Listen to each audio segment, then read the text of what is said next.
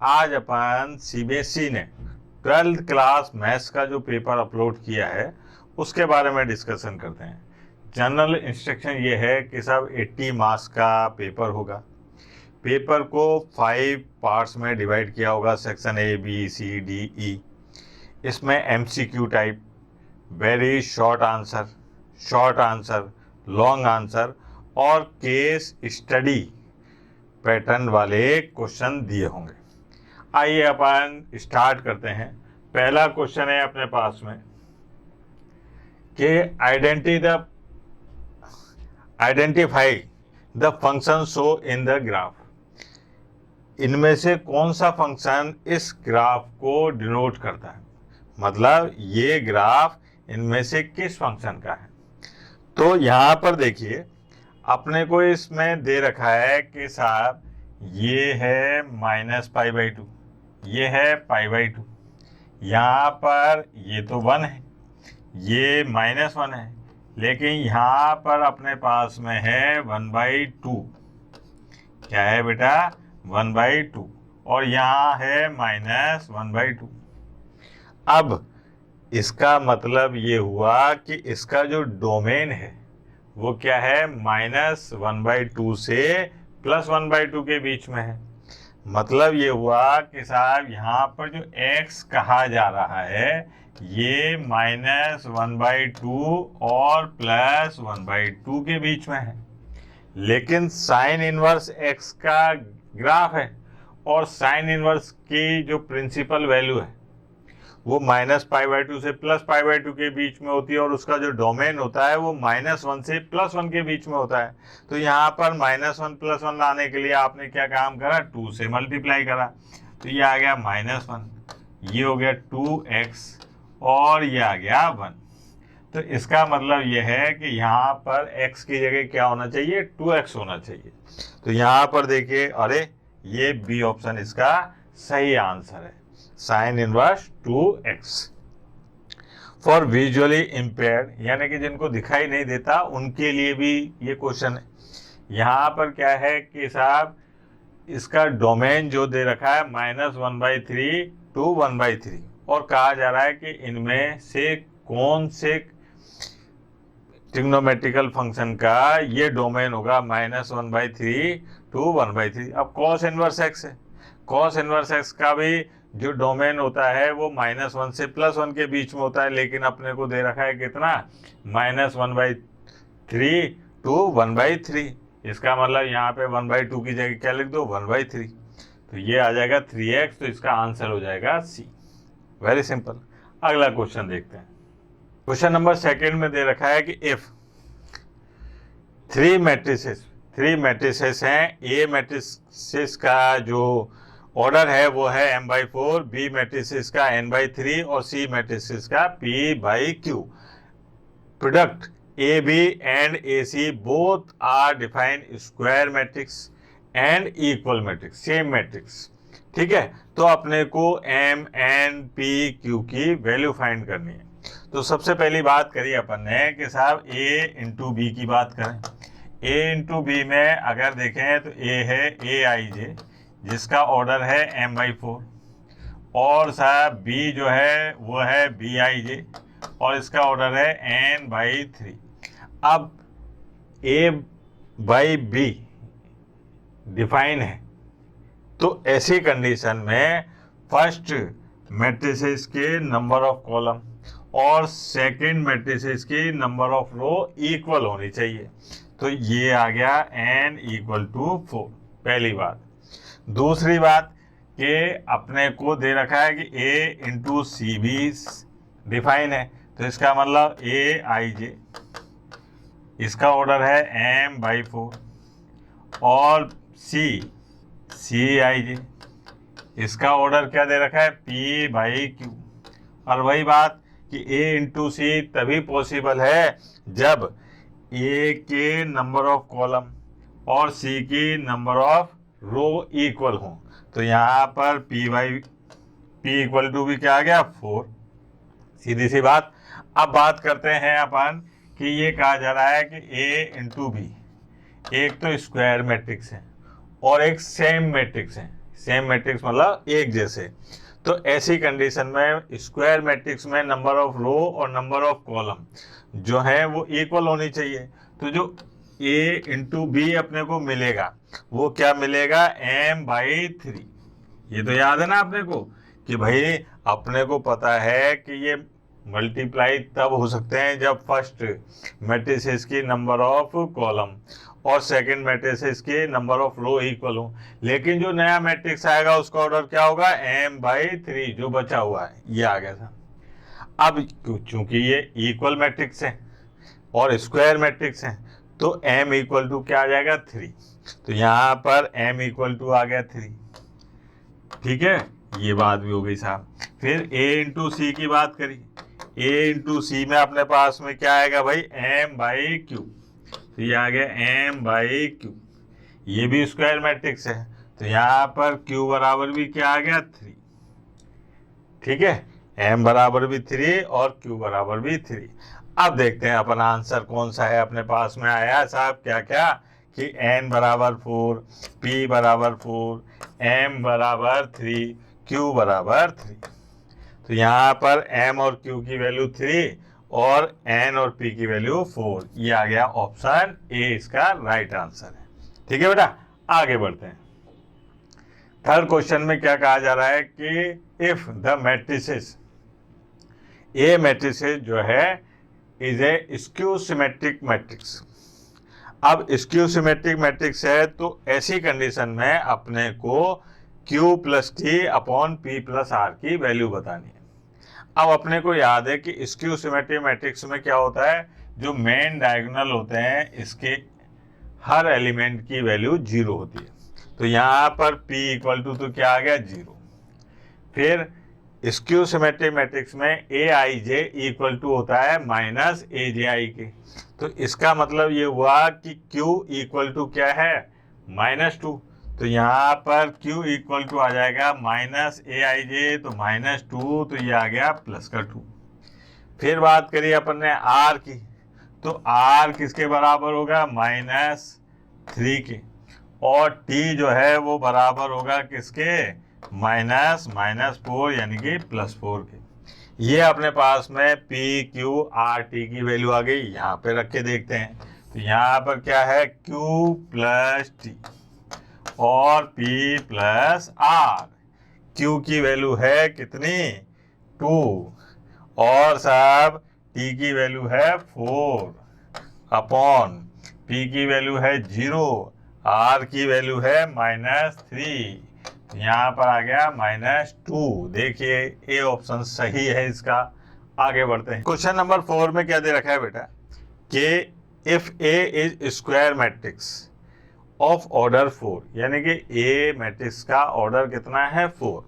ठीक है साहब, और एडजॉइंट ए के डिटर्मिनेंट की वैल्यू दे रखी है 27, then A into adjoint A किसके इक्वल होगा ये बताना है साहब। तो यहाँ पर क्या है, ए स्क्वायर मैट्रिक्स है जिसका ऑर्डर 4 है और एडजॉइंट ए।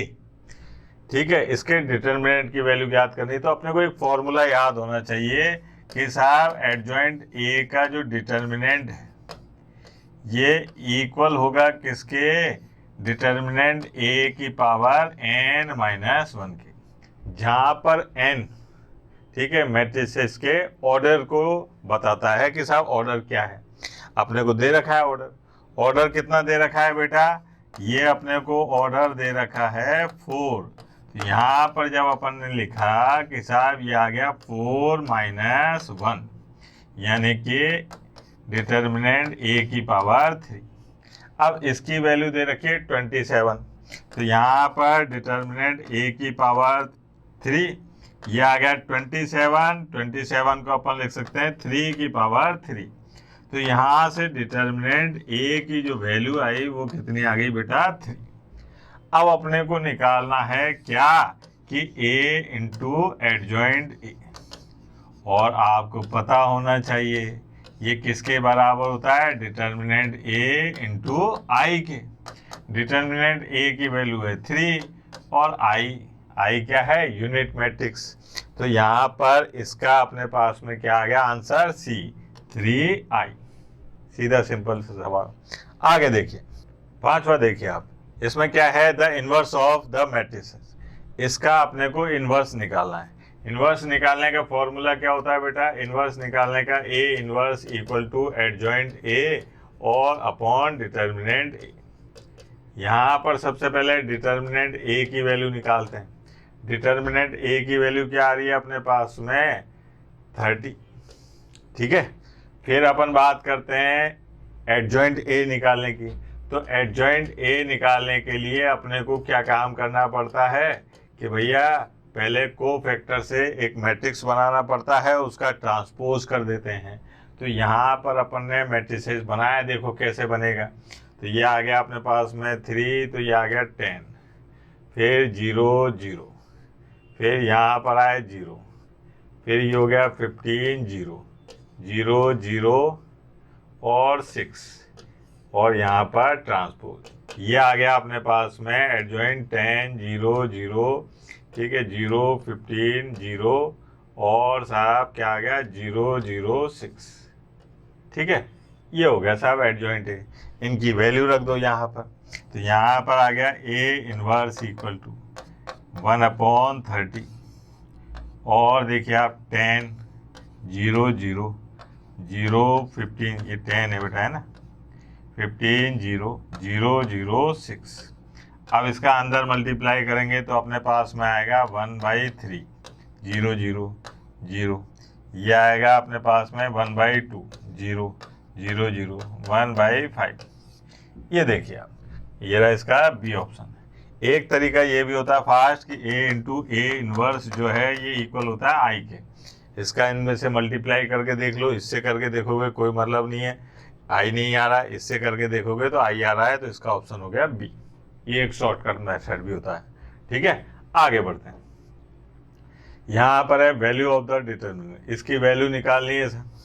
तो यहाँ पर क्या है अपने का, इधर से करा तो ये आ गया cos 67 डिग्री cos 23 डिग्री, फिर माइनस साइन 67 डिग्री और साइन 23 डिग्री।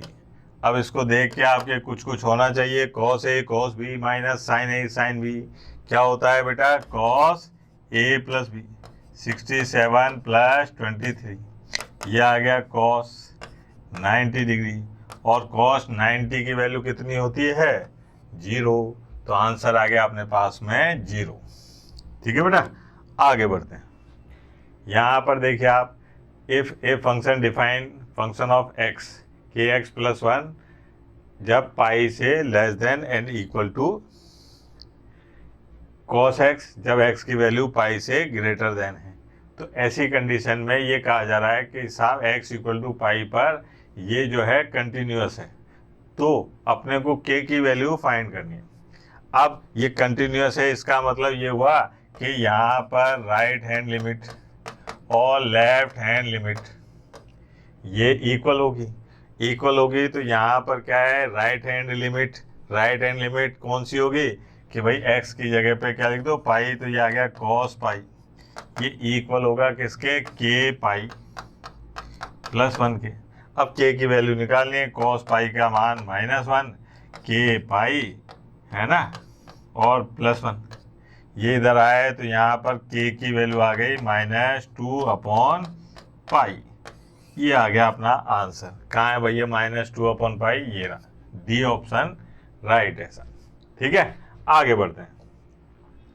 यहाँ पर देखिए function of x tan inverse x, तो f(x)(1) के इक्वल होगा। मतलब यह है कि फंक्शन ऑफ x दे रखा है और अपने से कहा जा रहा है कि f'(1) बताइए। तो सबसे पहले तो क्या काम करेंगे अपन, फंक्शन ऑफ x है x tan इनवर्स x, इसका डिफरेंशियल करेंगे।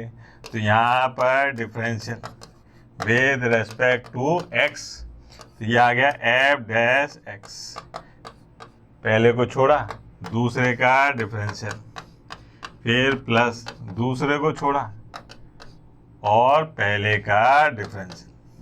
अब यहाँ पर x की जगह पर रख दो 1, तो ये आ गया 1/1 प्लस 1 का स्क्वायर 1 प्लस tan इनवर्स 1, ये होता है π/4, ठीक है। तो तो ये आ गया अपने पास में π/4 प्लस 1/2 है क्या? ये रहा, देखो आप बी ऑप्शन। ठीक, आगे बढ़ते हैं। अब क्वेश्चन नंबर 9 देखते हैं अपन।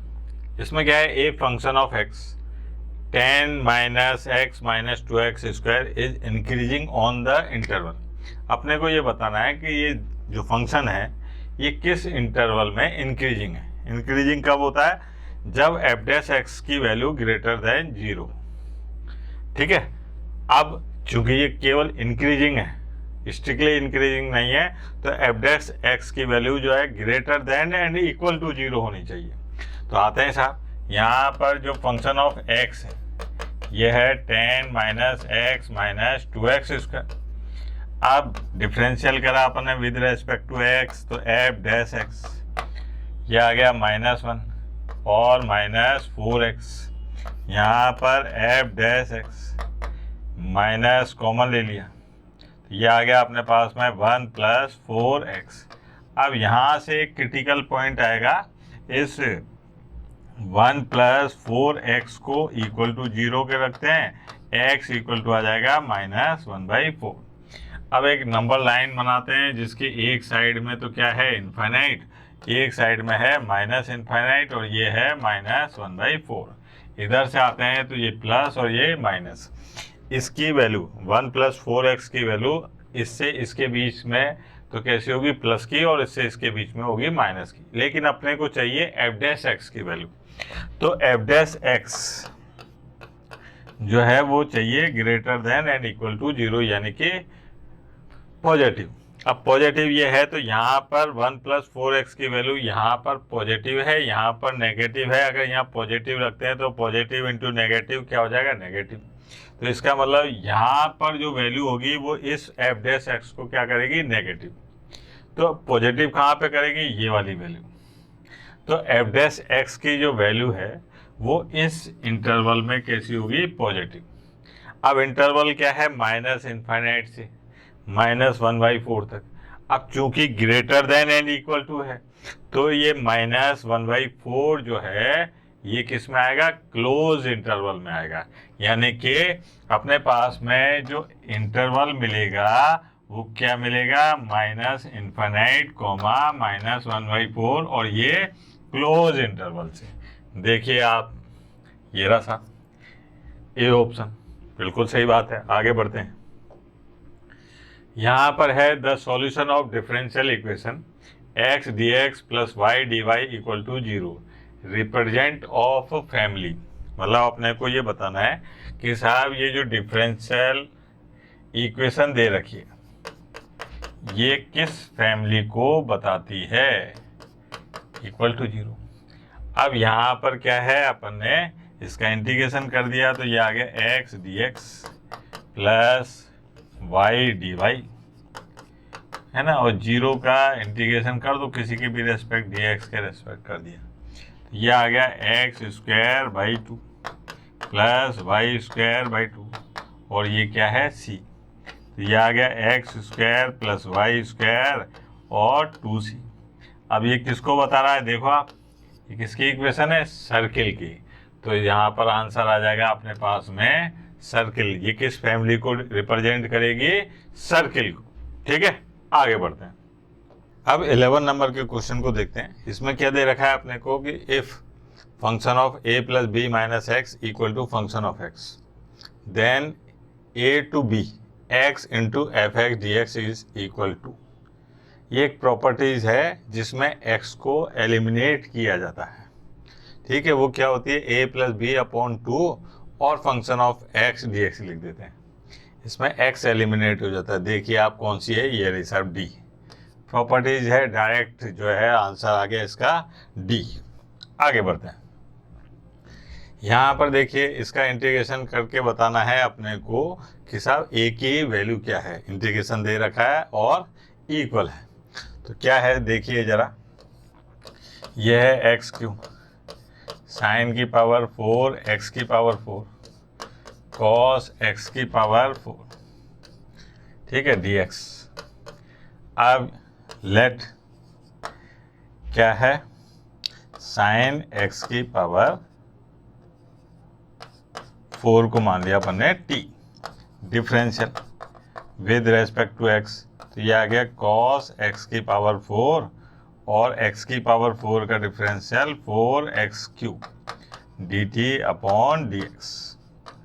ओके, यहाँ पर आ गया अपने पास में x³ cos x की power 4 dx equal to dt upon 4। अब यहाँ पर देखिए, यहाँ पर x³ dx की जगह तो क्या आ जाएगा dt/4, तो ये आ गया dt अपॉन 4। अच्छा, और ये अपन ने मान रखा है t, तो ये आ गया t की पावर 4, ये हो गया t की पावर 4। अब इसका अपन ने इंटीग्रेशन करा तो ये आ गया 1/4 इंटू 1/5 t की पावर 5 प्लस c, ये आ गया 120 और t की पावर 5 यानी कि साइन x की पावर 4 और इसकी होल पावर 5 प्लस c। अब यहाँ देखिए आप इसका और इसका कंपैरिजन करेंगे तो a की वैल्यू क्या आ रही है बेटा 120, यही इसका आंसर है। आगे देखते हैं, यहाँ पर a bird fly through a distance in a straight line given by vector, A vector मान लेते हैं इसको कि साहब ये ए वेक्टर, ये क्या है i cap plus 2j cap plus k cap. ठीक है, फिर आते हैं a man standing beside a straight metro rail track given by R vector, ये दे रखा है अपने को R vector 3 plus lambda i, ठीक है, फिर प्लस 2 लैम्डा माइनस 1 और j, फिर 3 लैम्डा k कैप। ठीक है, लखन से लिख लें इसको, तो ये आ गया 3i है ना, फिर माइनस j और k की जगह 0, फिर प्लस लैम्डा है ना, तो ये आ गया i कैप, फिर प्लस 2j कैप और प्लस 3k कैप, ये हो गया। ठीक, मैंने इसको सही तरीके से लिख दिया। Observing the bird, the projected length of flight on the metro track. अब साहब अपने को क्या है, ए वेक्टर का बी वेक्टर पर प्रोजेक्शन निकालना है। तो ए वेक्टर का बी वेक्टर पर जो प्रोजेक्शन होगा वो क्या होगा बेटा, ए वेक्टर डॉट बी कैप, यानी कि ए वेक्टर डॉट बी वेक्टर और अपॉन बी वेक्टर का मॉडुलस। अब ए डॉट बी, अब बी का काम कौन कर रहा है, ये यहाँ पर अगर मैं बी वेक्टर की बात करूँ तो बी वेक्टर है i cap plus 2j cap और प्लस 3k कैप। अपने को ए वेक्टर का बी वेक्टर पर प्रोजेक्शन बताना है, तो देखिए ऐसा ए डॉट बी वेक्टर, तो यहाँ पर ये a और ये b, इसका डॉट प्रोडक्ट निकालेंगे तो क्या आएगा 1 प्लस 4 और प्लस 3 अपॉन अंडर रूट, यहाँ पर 1 प्लस 4 प्लस 9, ये हो गया। अब यहाँ देखिए आप 4 7, ये आ गया अपने पास में 8 अपॉन अंडर रूट 14, कहाँ पर दिखाई दे रहा है साहब, ये रहा देखो आप 8 अपॉन 14 अंडर रूट 14 यूनिट। ठीक है, सिंपल सी बात थी।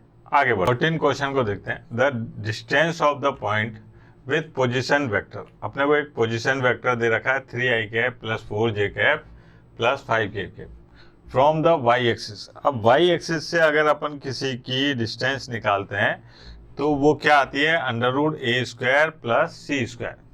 अब यहाँ पर a का काम तो कर रहा है 3, c का काम कर रहा है 5, तो यहाँ पर अपने को जो चाहिए वो आएगा अंडर रूट 3 का स्क्वायर प्लस 5 का स्क्वायर, ये हो जाएगा अंडर रूट 3 का स्क्वायर 9 और 25, कितना हो गया बेटा अंडर रूट 34। बी ऑप्शन इसका राइट आंसर है।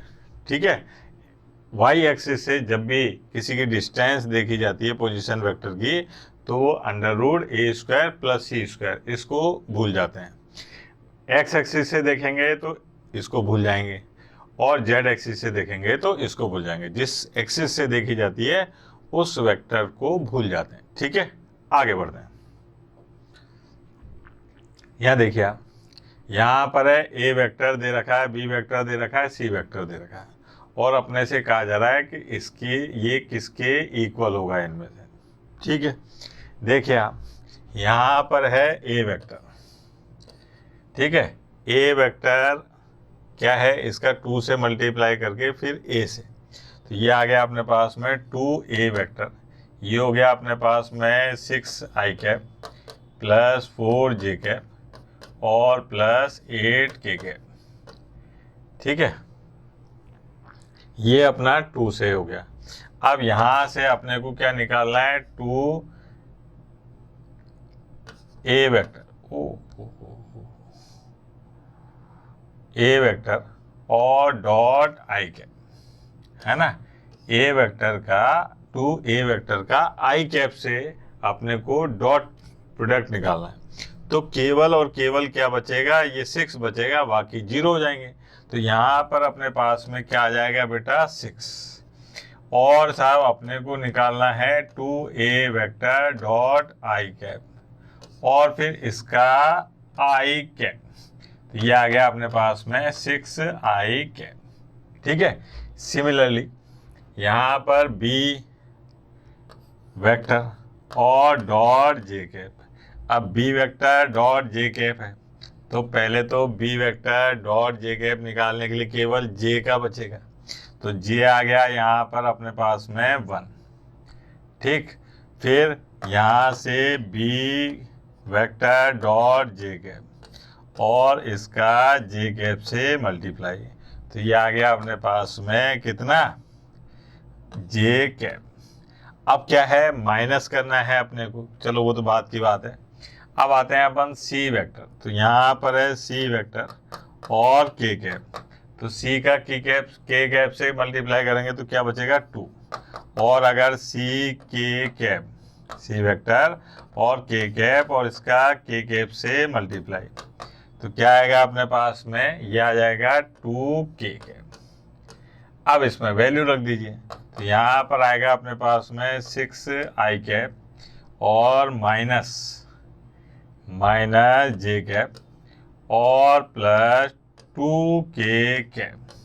अगर अपन इसको ध्यान से देखें तो ये सी वेक्टर के इक्वल है, तो अपना आंसर जो आ गया वो क्या आ गया, सी वेक्टर। बड़ा पप्पू टाइप क्वेश्चन था। ठीक है, आगे क्वेश्चन नंबर 16 को देखते हैं। यहाँ पर एक स्टूडेंट क्लास 12th में स्टडी कर रहा है मैथमेटिक्स। इसमें एक बुक में एक क्वेश्चन जो है इनकम्प्लीट है, ये क्वेश्चन दे रखा है और इसमें कहा जा रहा है कि जो एक प्रॉब्लम है जिसमें एक लाइन की इक्वेशन मिस हो रही है। ठीक है, तो आपको क्या काम करना है, वो बताना है कि इन चारों में से कौन सी इनइक्वलिटीज है जो मिसिंग है। ठीक, अब यहाँ पर ये वाली जो लाइन है ये तो है 3x + 4y = 12 वाली, ये वाली लाइन जो है ये मिसिंग है। तो यहाँ पर अगर इस पॉइंट की बात करें तो ये पॉइंट है 1, 0, जिसको अपन कह सकते हैं x1, y1। ठीक है, ये जो पॉइंट है ये है अपने पास में 0, 2, जिसको आप कह सकते हो x2, y2। अब आपको लाइन की इक्वेशन निकालने का फॉर्मूला याद है, y - y1 y2 - y1 upon x2 - x1 और x - x1। इसमें वैल्यू रखेंगे तो y - y1 की वैल्यू है 0, y2 क्या है अपने पास में 2 - 0 और साहब 0 - 1 और x - 1। इसको सॉल्व करा अपन ने तो ये आ गया y = -2x + 1। ये आ गया अपने पास में 2x + y = 1।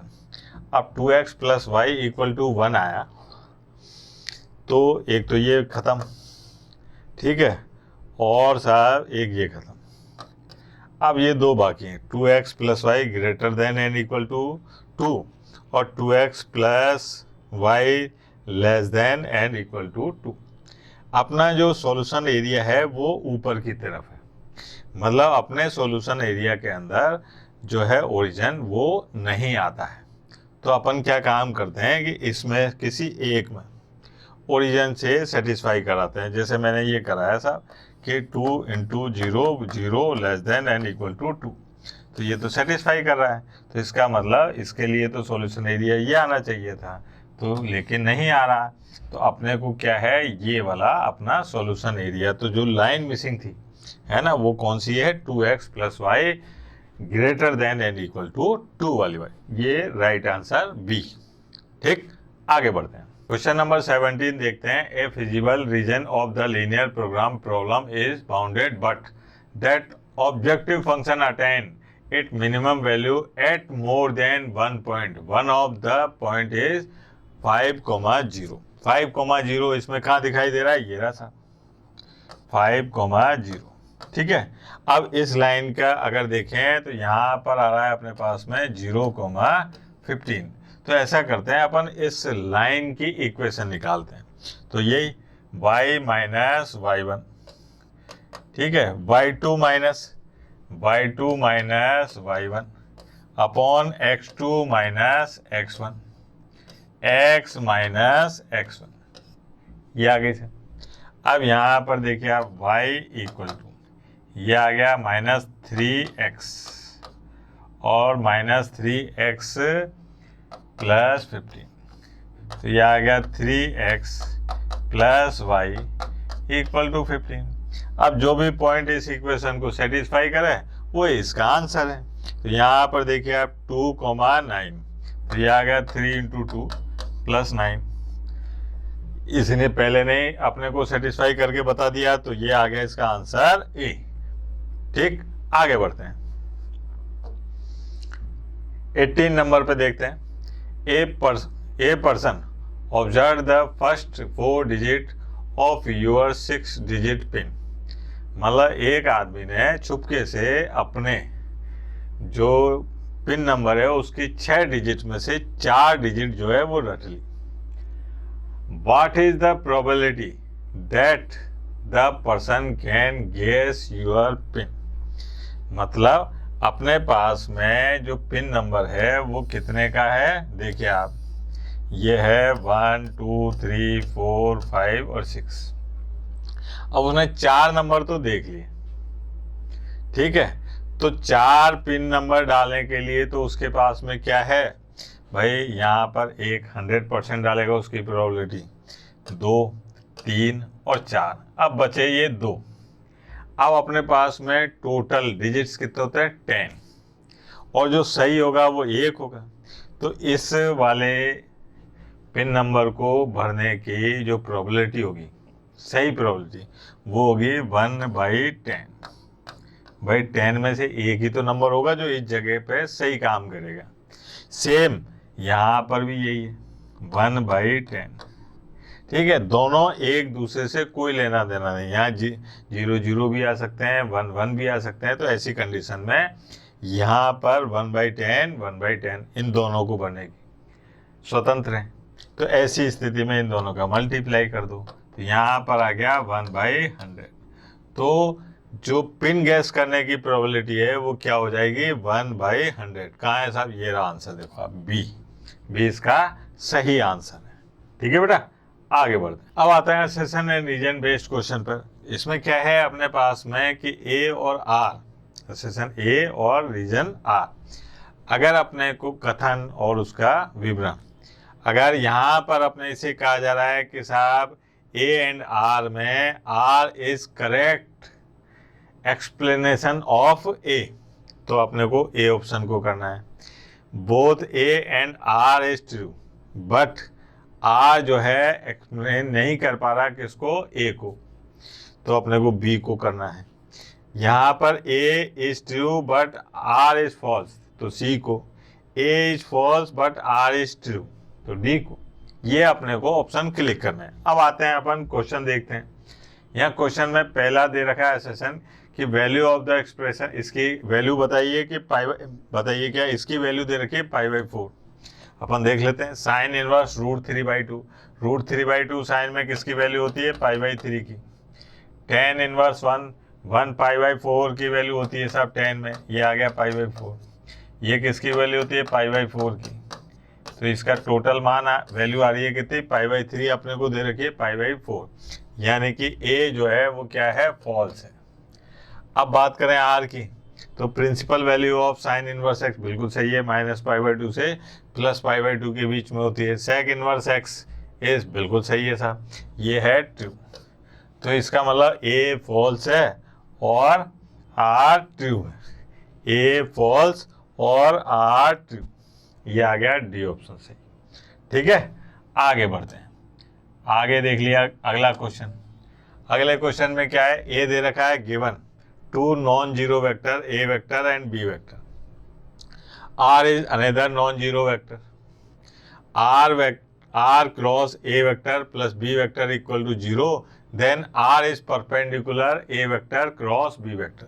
तो बिल्कुल सही बात है, ये एक प्रॉपर्टीज है कि अगर ये 0 है तो ऐसी कंडीशन में आर जो है ए क्रॉस बी वेक्टर के परपेंडिकुलर होगा। आपने ये वाला, ये दोनों पैरेलल तो इसके लंबवत, तो यहाँ पर क्या है, ये ए जो है ये क्या हुआ अपने पास में ट्रू। ठीक है, अब बात करें the vector A vector plus B vector is perpendicular to the plane of A vector. अरे बिल्कुल गलत बात है ना, तो ये हो गई फॉल्स, ए ट्रू है और आर क्या है, फॉल्स। तो क्या आंसर आएगा भैया अपना, ए ट्रू है और आर फॉल्स, आंसर आएगा इसका सी। ठीक है, अब ये सेक्शन ए जो है ये यहाँ पर खत्म। अब आगे का भाग देखने के लिए आप नीचे दिए गए लिंक पर क्लिक कीजिए और बी, सी, डी और ई पार्ट के क्वेश्चनों के सॉल्यूशन देखिए। धन्यवाद।